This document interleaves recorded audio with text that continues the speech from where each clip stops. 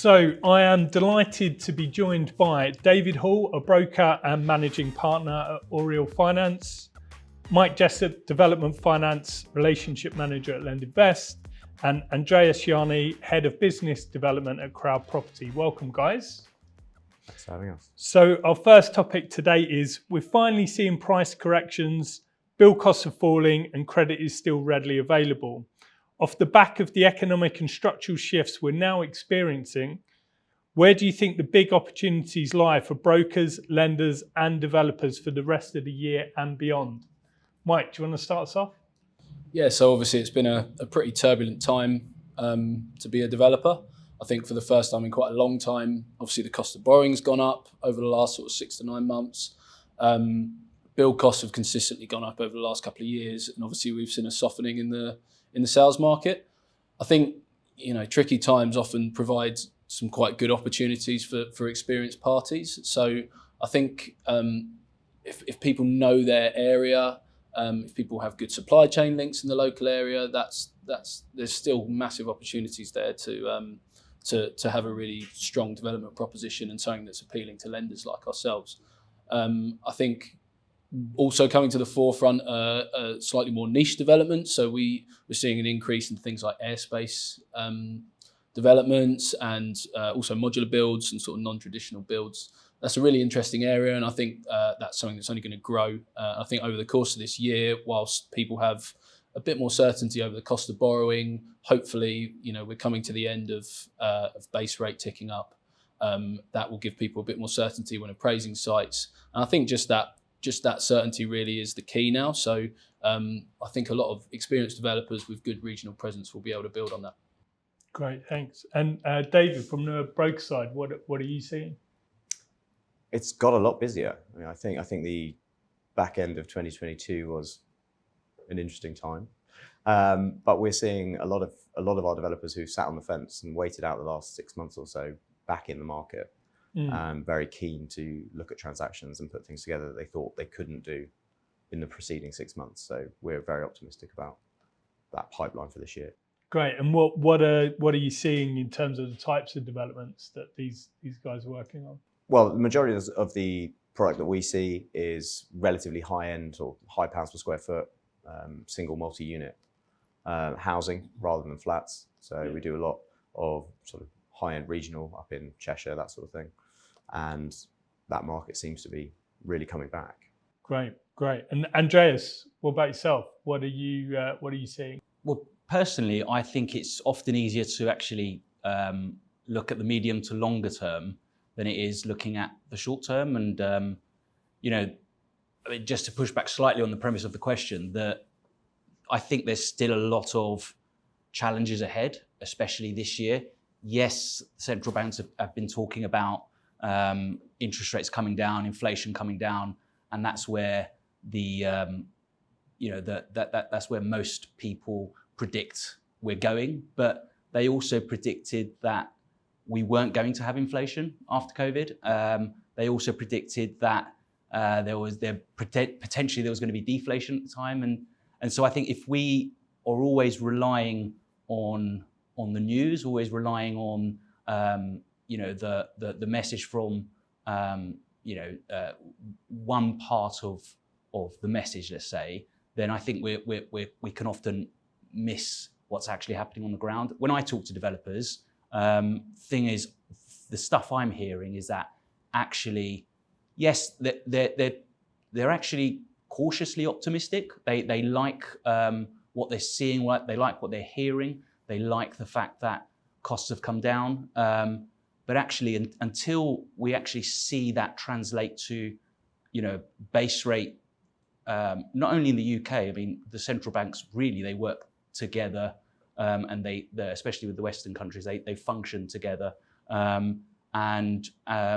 until we really start to see interest rates coming down, there's not going to be that optimism to want to purchase as before. And the key difference for me is prior to COVID, we had this long stretch of time, but just to kind of turn it into more of a positive, but we did have this long stretch of time where it was so easy to get credit. interest rates were so low, and anyone could be a developer really, because you kind of had the idea of, look, I've got the cash available, I'm going to give it a go. And what that ended up translating to was inflating prices, asset prices and so on, because of the low interest rate environment especially. But I think the opportunity now is for good quality developers to actually almost take the market share back and say, and be able to look at opportunities properly, rather than being up against really cheap credit, really cheap inexperienced developers, probably overbidding for stuff. We saw a lot of people overbidding for land, that ends up making the whole stack a lot more complicated, a lot harder to deliver. And so I think that's the opportunity really, is that good quality developers are able to now really take a look at the price of what they're buying without so much competition. And David, as a broker, I mean, how are you, that inflated land price situation that Andreas just talked about, how do you sort of work through that process with a borrower? Do you go residual land values? I mean, how do you sort of work on that? I mean, it depends when they bought, and for every person who's overpaid and taken what they thought was cheap debt, there's people who have overpaid and that debt is now expensive and they're looking to offload it. So we are benefiting from that on some sides, with developers having to offload sites that they thought they were going to hold or build out, but now they can't. And we're looking at alternative funding with a rebased land price, so they're going to have to take a hit on some of that. Yeah. We have to be honest with clients. If they have overpaid and that land value doesn't fit with the calculations, then their lending is restricted, and we have to look at what that future price is going to be. There was a lot of froth in the market throughout 2022, and people were getting great prices. That's not there anymore. So you have to be realistic. That ultra high leverage sort of lending is pared back just by the realities of the market. So the way I was sort of thinking about it in terms of a term is almost like a liquidity crunch rather than a credit crunch. So obviously going back to 2007, 2008, credit crunch, credit disappeared. Now we still have a lot of credit, but it's that gap between where the land price is and where the lender sits is got much bigger.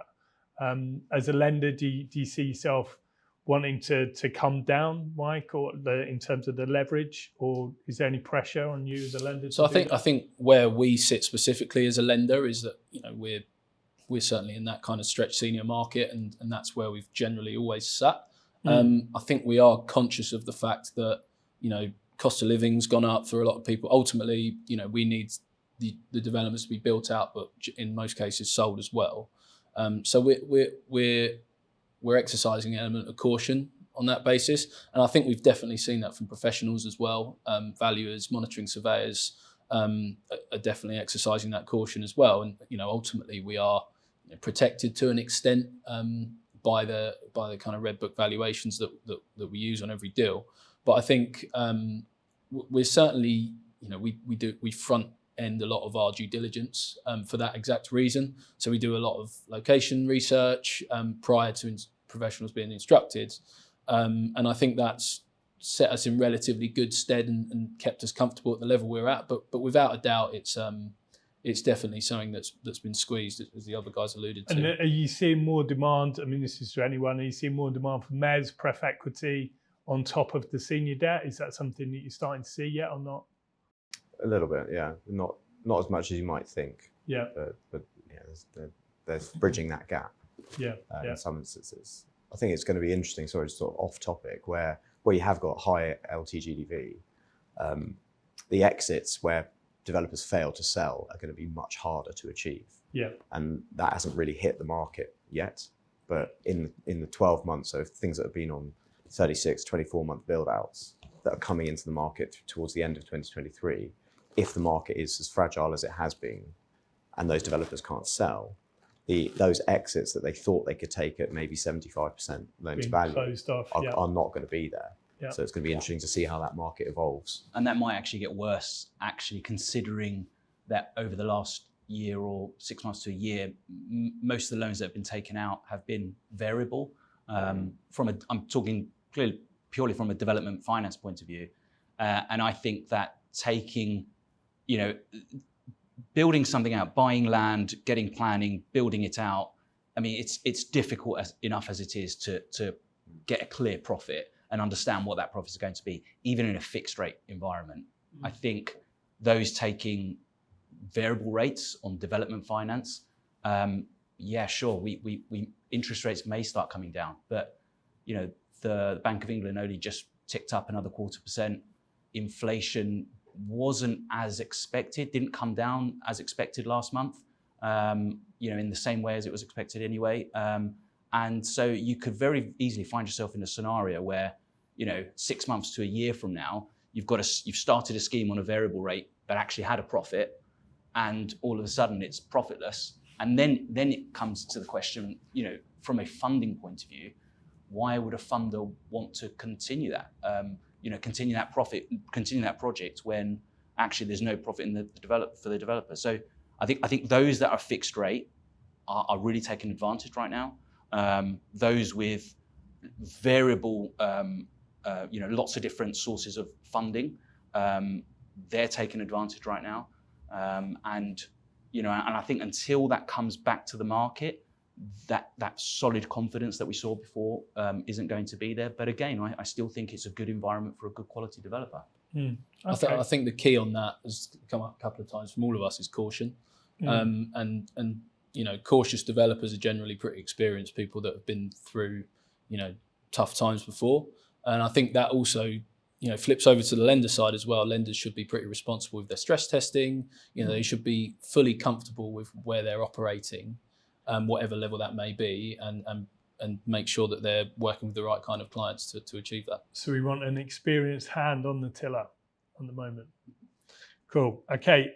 So moving on, where are the big wins, do you think, for property developers right now? So if you were a developer, would you be looking at residential, commercial, perhaps mixed use? And as brokers and lenders, which projects do you prefer to help finance and why? David? If I was a developer, I mean, I'd look at residential projects for sure. I think caution is absolutely right, but fortune favours the brave, and you can't read a paper without looking at the lack of supply in the sector, both in rentals and in sales. Starts are down, starts continue to be down. I think if you find the right project in the right space and you can deliver it, there will be no competition. And when there's no competition, then the developer will do well. Don't get carried away, but I think there's some great opportunities. And we are seeing sort of, like I said, developers looking at those sorts of things. The blood is in the water, and they can sense it. So you've got some interesting characters that are out looking at what they can, not just what they can buy, but when they can deliver it. They're looking past the end of this year and into 2024 and saying, okay, actually, we can deliver product into spring 24. What does that look like? What does the market look like? Yeah. I think that's interesting. One of the things I'm hearing from people is around sort of commercial, especially light industrial. We're talking storage, just because of what's happened with Brexit and supply chains breaking down. Is that something you as lenders, Mike, or is that something you're seeing? Demand for that product? I think from LendInvest perspective, we're primarily residential focused, certainly on the development side of things. So a lot of what we see doesn't really touch that kind of market. But certainly, it's an ever changing market on all fronts, and it's something we're open to potentially in the future, because we've got a pretty flexible product, so we can follow the sort of trends. Yeah, and Andreas? Well, from Crowd Property point of view, we want the end product to be predominantly residential. We can do some element of commercial, but I think just to answer your question, I think now is the time that developers should be kind of sticking to what they know, regardless of what it is. If it's commercial, great, that product. If it's residential, great, that product. I think there are enough other variables that complicate the mix, and so that I've alluded to in what I was saying before. But so I think now's the time where you don't experiment with becoming a commercial developer when you haven't done it before, or vice versa. I think there should be enough opportunities out there with the less experienced developers being aggressive, being less aggressive nowadays, to be able to capitalize on what you know well. So. And what about the commercial space, the sort of cliff edge that everyone keeps talking about? That we have a huge amount of commercial space. I mean, we're in London today, surrounded by skyscrapers that are possibly only 40-50% full. But where does that play into this market, and where are the opportunities, you think, in terms of redesigning or reimagining our high streets and industrial areas? People's sort of work-life balance has changed a lot as well. So obviously that's something, as we hopefully come out of COVID and move on, I think people's priorities in terms of where they need to live has changed a lot. So certainly on our side, when we're looking at residential products, we've seen a lot of interest in the sort of regions. So people that don't need to be as close to London, they seem to have almost semi-permanently moved away from that 5 days a week in the office. So people are looking further afield. We see quite a lot in the east of England, for example, stuff going through where people can get much more for their money. So, okay, they might need to be in London twice a week, say, and they're able to commute that journey twice a week, but it means that they can, move away from the kind of typical commuter belts that we used to see. So it's been an interesting, development on that side of the different profile of projects coming to us, and certainly more kind of house building schemes that we're seeing coming across in those kind of regions. I mean, I think there's an opportunity to, like you say, repurpose a lot of this commercial assets, but because they're already built, that it's much easier to change the internals, especially of office space, than it is to rebuild. I mean, I'm looking out the window and seeing the Canary Wharf skyline. It's, that's a difficult build. So, but I think it comes down to planning laws and those types of things, but also, giving your point on, you've got people working 2-3 days in the office and then 2-3 days at home. There's an opportunity to repurpose those commercial blocks that are not very full to kind of partly serviced accommodation, partly, it's almost like you can see how someone would want to live a couple of days a week in the same block that they work in. It might be more for the young, it might be those that haven't yet started a family, but there's definitely an opportunity there to be able to do it. So live on the 10th floor, work on the 8th kind of thing. Potentially, but it does come down to planning and demand at the end of the day. If there's demand for it, people will try it out. We've heard. But is our planning system quick enough, flexible enough to allow these kind of things to happen? I think it doesn't need potentially much in terms of planning, but we're already seeing some of the larger developers, when I'm looking at sort of more of a consultancy side than the financing, who are looking at what they're building and they're changing the mix of the amenity space. So it's no longer, right, we've got to put a swimming pool in, a gym and all this other. They're actually looking at it and saying, okay, let's put a floor and dedicate that to working. So let's have a flexible office space in the building. So let's work, live on the 10th, work on the 7th, wherever it might be. And then looking at combining things like LML into a building. That's really interesting. Haven't seen anyone actually deliver it yet, but if you get a big building in central London and you put a logistics operation in the bottom of it, hidden underneath because you built it properly, then suddenly there's incredible value for the developer on the commercial. And people understand that, and it's not an issue for the residents, depending on how it's been designed. I think there's some interesting outputs. So dark kitchens and... I mean, more like, Amazon delivery. If you've got a big depot in the bottom, it's going to be quite interesting. We've seen a couple of those going through, so we'll see how that changes. Great. A bit like some of the big hotels where everything sort of goes underground. So the movement of staff and replenishment all happens underground. Great. Okay, so final question. So based on everything we've discussed today, is 2023 a good time to be a broker, lender or developer in the commercial property space, and why? Who wants to kick us off? Andreas? Yeah, I mean, like I said, I find it easier to describe or talk about the beyond part rather than the 2023 part. I think, look, But we're not going to. if we think about development specifically, we're potentially, if we're buying this year, we're delivering in 2025. So is now a good time to get into the market? Yeah, like I was saying before, I think for an experienced developer, there's probably more opportunity right now than there was even last year or the year before, because it's harder to there's less credit, there's more underwriting, not necessarily from our point of view, but we've seen that the market is not as aggressive. You've still got variable interest rates, and I think for an experienced developer, looking at fixed rate development finance, I think there's plenty of opportunities. I think beyond that, yes, I think the country has certain challenges in terms of materials. We're still a net importer of timber. We're still a net importer of steel, and that's not going to change. Governments have been fighting that and trying to deal with that for decades. And I think where we really need to kind of stand out as a country is to kind of look at the technology, how we can make modern methods of construction to lower that price in a way that the UK can through our technology, rather than through creating a steel industry that's sufficient for our needs. Sure. And Mike?